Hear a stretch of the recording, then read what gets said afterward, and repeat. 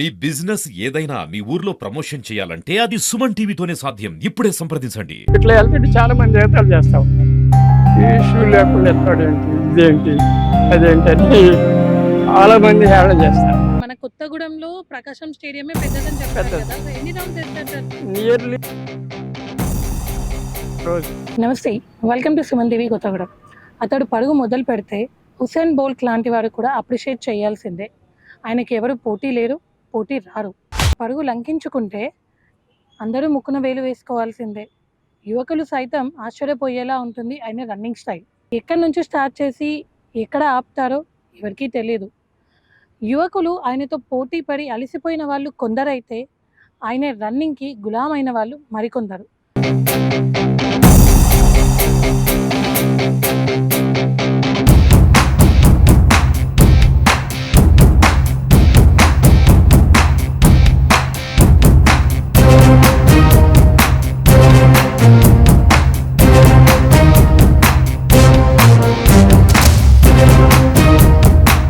సాధారణంగా 50 సంవత్సరాలు దాటితేనే శరీరం అనేది సహకరించదు.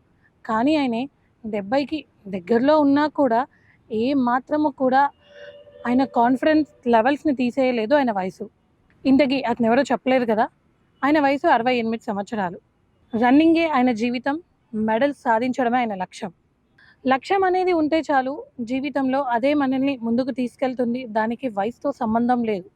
Age is just a number అని ప్రూవ్ చేస్తూ ఎందరో అభినందనల్ని అందుకుంటూ ఎందరికో స్ఫూర్తిగా నిలుస్తున్నారు ఆయన యార్లగడ్డ వెంకటేశ్వరరావు. సో సార్ గురించి వాకప్ చేసినప్పుడు సార్ ఎక్కడ ఉంటారు అని మేము కనుక్కుంటే సార్ వెనక మీరు పరిగెత్తండి దొరుకుతారు అని చెప్పారు. సో ఎర్లీ మార్నింగ్ అవర్స్లో సార్ ప్రకాశం స్టేడియంలో ఉంటారు అని తెలిసింది. సో సార్ని కలుసుకోవడానికి నేనైతే ప్రకాశం స్టేడియంకి వచ్చేసాను. సో సార్ని కలిశాను, మాట్లాడాను. సార్ని అడిగి ఆయన జీవిత విషయాల గురించి, ఆయన రన్నింగ్ జర్నీ గురించి, ఇంకెంతో ఇన్స్పిరేషన్ స్టోరీ గురించి మనం ఈరోజు తెలుసుకుందాం.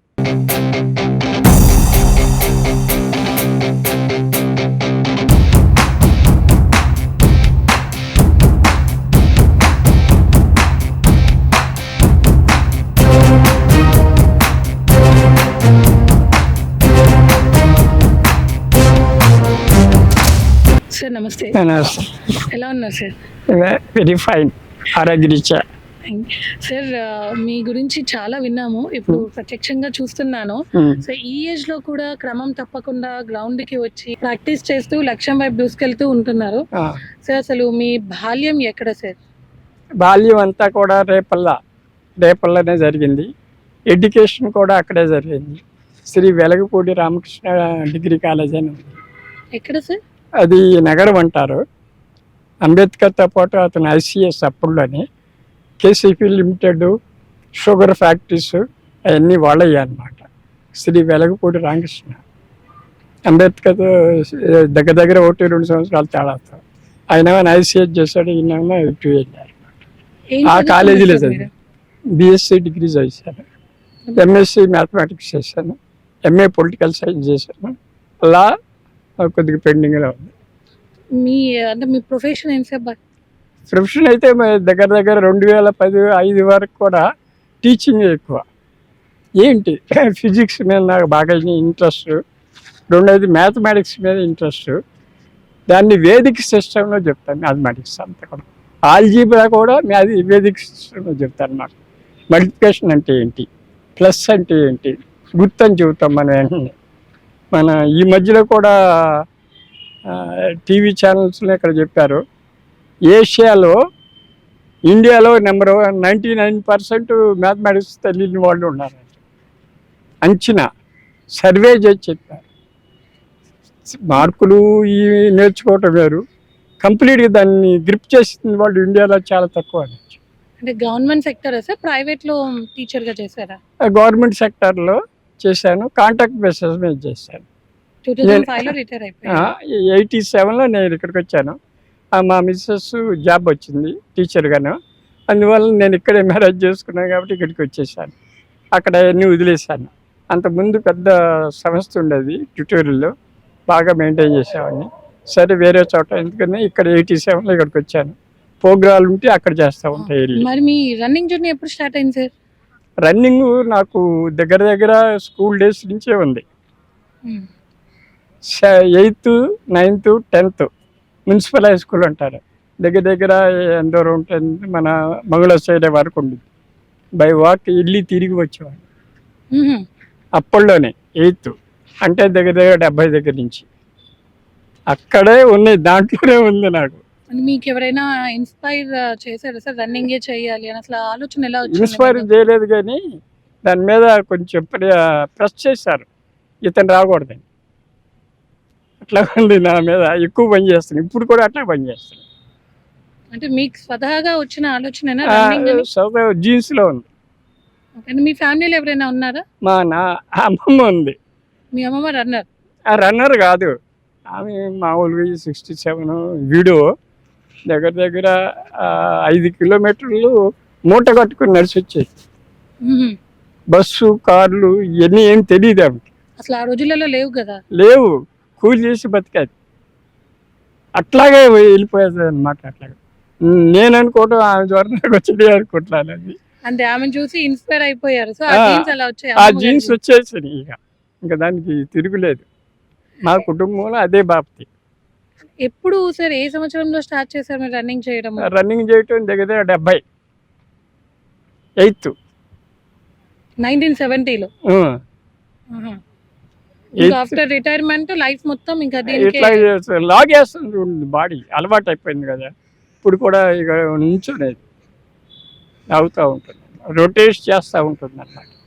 అది కంపల్సరీ చేయాల్సింది. అది లేకపోతే నేను సిక్ అయిపోయినట్టే. రిటైర్మెంట్ తర్వాత మీరు ఇంకా బాడీ అలా ఉండకూడదు, రెగ్యులర్ ఎక్సర్సైజ్ ఉండాలి అని రన్నింగ్ మళ్ళీ స్టార్ట్ చేశారు. జబ్బు లేని శరీరాన్ని తయారు చేయాలి, అదే మెయిన్ ఉద్దేశం. ఈ రోజులలో ఎలా సాధ్యం అది? ఇప్పుడు నేను ఉన్నంత వరకు నేను ఇంకో 10 years టార్గెట్ పెట్టుకున్నా. ఈ లోపు అయిద్దా ఏమైద్దో చూద్దాం. ఇప్పుడు 70 కదా, 80కి ఎట్లా ఉండిద్ది. ఒక టార్గెట్ పెట్టాను, ఎట్లా మార్పు వస్తుంది, ఏం చేయగలము, ఈ బాడీలో ఇంకా మనం అవన్నీ ముడుచుకుపోతాయా, పైన ఉన్న చర్మం అంతా కూడా మరి ముడుచుకుపోకుండా ఉంటే మరి ఇదేంటి, ఒక ఆలోచన పెట్టుకున్నట్ట. మరి మీకు ఎలా అనిపించింది? సుమారు 2005 నుంచి, అంటే ఇప్పుడు 19 years నుంచి రన్నింగ్ చేస్తున్నారు. అది మీరు 70 సంవత్సరాలు ఇప్పుడు. సో ఇప్పటికీ చేస్తున్నారు కదా, మరి మీకు కనిపించిన చేంజ్ ఏంటి? చేంజ్ ఏంటంటే ఆర్తే కష్టం. ఫీర్జా సింగ్ అని సిక్కు, లండన్లో, మీరు పేపర్లో చూసే ఉంటారు. మొన్నటి వరకు 103 అతను కూడా ఫుల్ మారథాన్ చేసేవాడు డైలీ. ఫ్యామిలీ ఏం లేదు, లండన్లో ఏం చేసేవాడు. ఇక్కడ మన ఈయన పేరు రిలయన్స్ అంబానీ పెడతాడు 42.5 kilometers మారథాన్. పార్టిసిపేట్ చేశారా అక్కడ? అక్కడ చేయలేదు, వసతులు ఉండవు. మనం ఇది వెళ్ళాలి, బస్సుల్లో ఛార్జెస్, బస్సులు ఉండవు. అదే టాటా వాడు పెడతాడు. మే 16 ఎక్కడంటే బెంగళూరులో హాఫ్ మారథాన్, ఫుల్ మారథాన్. నేను 2016లో పాల్గొన్నా అక్కడ. టాటా వాళ్ళు పెట్టింది. చంద్రశేఖర్ ఉన్నారు కదా, చంద్రశేఖర్ టాటా CEO, అతను ఫుల్ మారథానిస్ట్. టాటా రతన్ టాటా అతన్నే తీసుకున్నాడు. అందుకే మారథాన్ కొరకే తీసుకున్నాడు అతన్ని, మారథాన్ కొరకే తీసుకున్నాడు అతన్ని. ఇప్పుడు CEO చేశాడు. సుమారు ఓవరాల్ ఎన్ని ఈవెంట్స్ లో పాల్గొని ఉంటారు సార్ మీరు? దగ్గర దగ్గర ఒక 20 ఈవెంట్స్ లో పాల్గొని ఉంటారు ఈ 19 సంవత్సరాలలో. హర్యానా ఒకటి, రెండోది చండీగఢ్ ఒకటి, పానిపట్ ఒకటి, ఢిల్లీ ఒకటి, తర్వాత Hyderabad, Bengaluru, Chennai. Master athletic association తరఫున పాల్గొంటారు. మన రాష్ట్రంలోనే కాకుండా ఇతర రాష్ట్రాలకు కూడా పాల్గొంటారు. ఫారిన్ కూడా వెళ్ళొచ్చు, ఇతర కంట్రీస్లో కూడా. ఇక్కడ వచ్చి ఫస్ట్ వచ్చిన వాళ్ళు పంపిస్తారు. నాకు ఆ అవకాశం లేదు, ఎందుకంటే ఎక్కువ రికమెండేషన్ అట్లా జరుగుతాయి, అమెరికాలో జరుగుతాయి ఈ మాస్టర్ అథ్లెటిక్ అసోసియేషన్.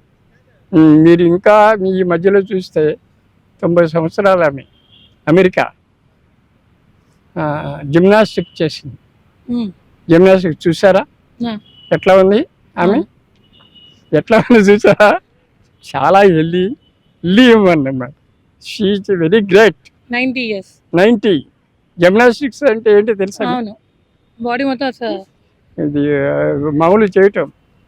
మనకి దీపా పద్మాకర్ చేశారు కదా ఇండియాలో, ఆమె ఫస్ట్ రావాల్సింది ఒలింపిక్స్లో, పాపని 4వ ప్లేస్లోకి వెళ్ళిపోయింది. అక్కడ బైడన్, అక్కడ బైస్ అన్నమాట. ఇప్పుడు కూడా 4 అడుగులు ఉండిద్ది అమ్మాయి.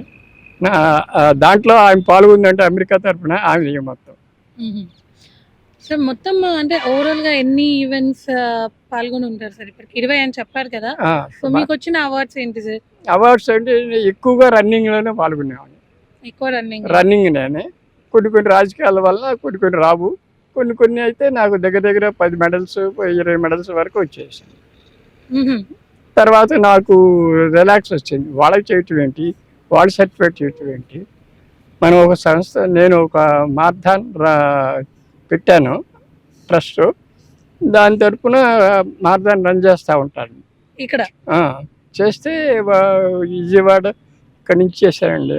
మనకి పోస్ట్ ఆఫీస్ సెంటర్ నుంచి సుజాత్ నగర్ చేశాను. వరల్డ్ ఎయిడ్స్ డే నాగరాజు గారు వచ్చారు, వాళ్ళు కొన్ని డొనేషన్స్ ఇస్తారు. ఆ డొనేషన్స్ నేను అన్ట్రాడన్ పీపుల్స్కి ఇచ్చేస్తాను. అది నా మెయిన్ మీకు వచ్చింది కూడా మీరు మొత్తం ఇచ్చేయటం. పూర్ పీపుల్ కి ₹1,00,000 గవర్నమెంట్ ఆఫ్ తెలంగాణ ఇచ్చారు నాకు.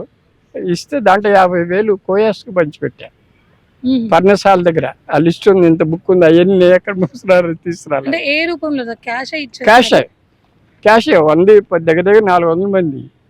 వాళ్ళకి 10కి 100కి తేడా తెలియదు. 10 రూపాయల నోటికి 100 రూపాయలకి తేడా తెలియదు. వాళ్ళు ఎంత ఇచ్చినా ఇప్పుడు కూడా నేను ఇస్తూ ఉంటాను. అప్పుడప్పుడు నా దగ్గరికి వచ్చినప్పుడు వాళ్ళకి వెళ్ళి కొంత హెల్త్ అవేర్నెస్ గురించి ప్రోగ్రామ్ చేసి వాళ్ళకి ఇస్తూ ఉంటాను. ట్రైబల్స్ కి మీరు హెల్త్ అవేర్నెస్ ప్రోగ్రామ్స్ 50,000 వాళ్ళకే పంచిపెట్టాను. రేపల్లో ఒక 50,000 రిక్షా కార్మికులు పంచిపెట్టాను. ఇంకా ఇప్పుడు రిక్షాలు కూడా ఉన్నాయి. ఇప్పుడు కూడా ఉన్నాయి రిక్షాలు. అట్లా 500 మంది పంచిపెట్టాను. అంటే మీ ట్రస్ట్ ద్వారా ఎవరికైనా మీరు కోచింగ్ ఇస్తూ ఉంటారా? కోచింగ్ ఎవరు తీసుకోరండి, చూసి నేర్చుకోవటం అంతే. ఎవరైనా అడిగితే, డౌట్స్ ఏమైనా అడిగితే, నా ఇది రన్నింగ్ అయిపోయిన తర్వాత అడిగితే నేను చెప్తూ ఉంటాను అన్నమాట. అది కోచింగ్ అనేది ఏం లేదు, కానీ అవేర్నెస్. అతను 70 సంవత్సరాలు పరిగెత్తుంటే మనం ఎందుకు చేయలేము అనేది కొంత అవేర్నెస్ వచ్చింది, ఇన్స్పిరేషన్ బాగా వచ్చింది. లేడీస్లు ఇక్కడ చాలామంది గ్రౌండ్స్లో సాయంత్రం వస్తారు, ఉదయం వస్తారు. నేను ఉదయం పూట రాను, ఎందుకంటే వీళ్ళు పిల్లలు ఆడుతూ ఉంటారు కదా, చాలా రష్గా ఉండుద్ది. అందుకని నేను సాయంత్రం 7 తర్వాత ఎప్పుడు గ్రౌండ్కి వస్తాను. ప్రతిరోజు వస్తా. ఇక్కడ రాని రోజులు అటు వెళ్తా, వేపలగడ్డకి వెళ్తారు. అంటే ఇక్కడ నుంచి అంటే సుమారు మన భద్రాద్రి కొత్తగూడెం, మన కొత్తగూడెంలో ప్రకాశం స్టేడియమే పెద్దదని చెప్పారు కదా. ఎన్ని రౌండ్స్ వేస్తారు సార్? నియర్లీ 30 రౌండ్స్ వేస్తాను ఒక్కరోజు. 2.5 hours పట్టింది. 2.5 hours పట్టింది. చాలా మంది కౌంట్ చేసిన ఉన్నారు ఇక్కడ వాక్ చేసిన వాళ్ళు. చాలా మంది తెలుసు. అంటే మార్నింగ్ రాను కానీ ఈవినింగ్ వచ్చే వాళ్ళు అందరూ తెలుసు. ఈవినింగ్ స్టూడెంట్స్ కూడా తెలుసు బాగా. అంటే మీకు ఇండియా బుక్ ఆఫ్ రికార్డ్స్ లో కూడా స్థానం వాళ్ళు పిలిచారు కదా, ఎలా అనిపించింది సార్ మీకు? I'm very happy. ఎందుకంటే అది రావాలి, కొద్దిగా వస్తే నాకు సపోర్టింగ్ ఉండేది. అంతేగాని నాకు ఏదో వచ్చిందని కాదు. ఈ వయసులో ఇంకేంటి, ఇంకో 10 years టార్గెట్ పెట్టుకున్నా. తర్వాత విషయం అది మనకు ఉన్నంత వరకు అవేర్నెస్ తీసుకురావాలి. సపోర్టింగ్. October 2 గవర్నమెంట్ ప్రయత్నం చేస్తున్నా, వస్తే వెళ్దామని. ఎందుకంటే లాంగ్వేజ్ ప్రాబ్లం.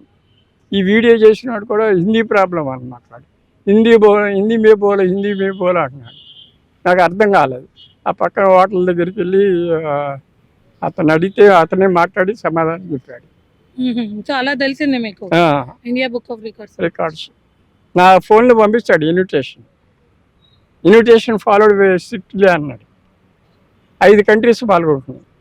మలేషియా ఒకటి, బంగ్లాదేశ్ ఒకటి, నేపాల్ ఒకటి, వియత్నాం ఒకటి, ఇండియా ఒకటి.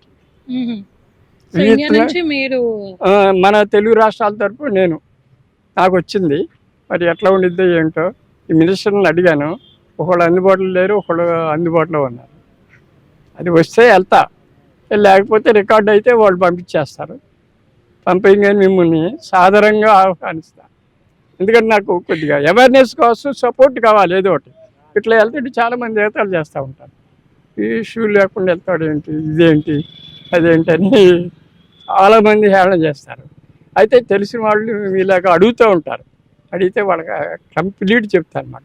మెయిన్లీ లేడీస్, ఉమెన్స్ అడుగుతూ ఉంటారు. ఏంటి సార్ ఇట్లా చేస్తున్నారు ఈ వయసులో, ఇది అంటే సార్ మరి మీకు బీపీ షుగర్ ఈ వయసులో అంటే జనరల్ గా 45 దాటితేనే అందరికి ఉంటాయి వస్తున్నాయి. ఉంటాయి. మరి ఇంత బాడీని ఇంత స్ట్రాంగ్ గా ఇంత ఇదిగా ఉన్నారు కదా, మీకు అలాంటివి ఏం రాలేదు షుగర్ ఎప్పుడూ దాకింది కానీ బీపీ అయితే లేదు ఇప్పటికి? అయితే రక్త మాంసాలు గల వాళ్ళకి ఎవరికైనా గ్యారెంటీకి వస్తుంది. అదే 100% గ్యారెంటీ, చివరి దశలో అయిన గ్యారెంటీ. ఎందుకంటే సాల్టీ బాడీ మనది. మన రక్త కణాలన్నిటి కూడా సాల్ట్తో తయారు చేయని కంపల్సరీ, నో వన్ ఎస్కేప్. అంటే ఇప్పుడు మరి మీరు అన్ని అవర్స్ రన్ చేస్తుంటే గ్లూకోజ్ లెవెల్స్ ఇట్లా డౌన్ అయిపోవడం అట్లా ఏమన్నా అవుతుందా? అట్లా ఏం కాదు. ఒక్కోసారి ఏంటంటే 60 కిలోమీటర్లు చేసినప్పుడు కొద్దిగా, నేను కూడా మీలాగా రక్త మాంసాలు గల మనిషినే కదా, అలాగా ఇంజిన్ ఏం లేదు కదా. 30 కిలోమీటర్ల తర్వాత యూత్ వచ్చారు. సార్ మేము నమస్కారం సార్, మేము వెళ్ళిపోతామన్నారు. సార్ మీరు వెళ్ళండి, నా ప్రయాణం ఇంకా ఉండలే. నా పక్కన ఎస్ఐ వాళ్ళు చివర 58 అయిన తర్వాత 2 కిలోమీటర్ల ముందు యూత్ వచ్చారు, పోలీసు వాళ్ళు. ఆయనైతే ఎస్ఐ గారు అయితే చూపిస్తారు మీకు వీడియో అన్నీ. ఆయనైతే జీప్ వేసుకొచ్చాడు. ఇంకొక 5 కిలోమీటర్లు ఉందనుకో కొద్దిగా కాళ్ళు లాగేసినాయి. ఆయన జస్ట్ గ్లూకోజ్ ఇది టప్పంట వెళ్ళి స్ప్రే చేశాడు. ఇక మామూలుగా లాగించేసి. చాలా కష్టం. 60 కిలోమీటర్లు నాన్ స్టాప్లో బేర్ ఫుట్, ఏం తీసుకోవాలి అప్పటి వరకు కూడా. తర్వాత మొన్న 14 ఆగస్టు 14న విజయవాడ బస్ స్టాండ్ నుంచి టీడీపీ సెంట్రల్ ఆఫీసు చేశారు. త్రూ డీజీపీ ద్వారకా తిరుమలరావు, ఆయన ద్వారా చేశారన్నమాట. అది ప్యారిస్ ఒలింపిక్స్ అంటారు, ముగింపు ఉత్సవాలు. సో ఫైనల్గా ఇప్పుడున్న యువతి యువకులకి సో మీరు ఇచ్చే మెసేజ్ ఏంటి సార్? భారతీయ యువతి యువకులారా, మీకు నచ్చిన ఈవెంట్ చేయండి, ఏదో టైంలో చేయండి. కుదరదు అనే మాట మీ డిక్షనరీలో ఉండకూడదు. ఏదో టైంలో చేయండి. అర్ధరాత్రి 10ంటికి కూడా లేచి చేయాలి, చేసుకోవచ్చు. కెన్యాలో అయితే రాత్రిపూట 10 గంటలకి లేడీస్ అని కానీ జెంట్స్ అని కానీ తేడా లేకుండా 10 గంటలకి రాత్రి పూట మొత్తం నడి రోడ్డు మీద పరిగెత్తూ ఉంటారంట. ఎప్పుడో 2 గంటల వరకు చేస్తారంట. మరి వాళ్ళంతా కూడా ఒలింపిక్ గేమ్స్లో మంచి ఫాస్ట్ రన్నర్స్. జీన్స్ ఎప్పుడు టైం దొరికినా కూడా చేయాలి, కంపల్సరీ చేయాలి. గ్రౌండ్ అయినా రావసరం లేదు, మీకు ఇంటి దగ్గర ఏది కంఫర్టబుల్గా ఉంటే అక్కడ కూడా చేసుకోవాలి. సో హెల్త్ ఈజ్ వెల్త్ అంటారు. హెల్తీగా ఉండాలంటే మనం మ్యాక్సిమం ఎక్సర్సైజ్ చేయాలి. అందులో walking and running is very very important. So ఇలాంటి వారిని చూసి మనం చాలా ఇన్స్పిరేషనల్గా తీసుకోవాలి. సో రేపటి నుంచి మనం కూడా మన హెల్త్ గురించి ఒక కాన్షియస్ స్టార్ట్ చేసి ముందుకెళ్దాం. సో మేము అడగగానే మీరు ఇంత ఉదయాన్నే లేచి మా కోసం వచ్చినందుకు thank you so much sir. Okay, నా తరఫున Indian youth my heartly congratulation and blessings to you. Thank you sir.